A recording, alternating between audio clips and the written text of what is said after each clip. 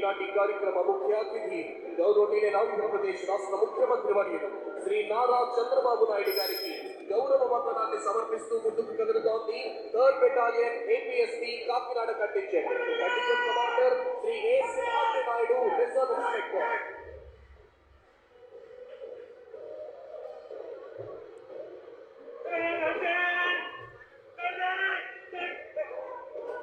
Here comes Telangana State Special Police Contingent, saluting and honoring today's Chief Guest and Honorable Chief Minister of Andhra Pradesh, Sri Nara Chandrababu Naidu garu.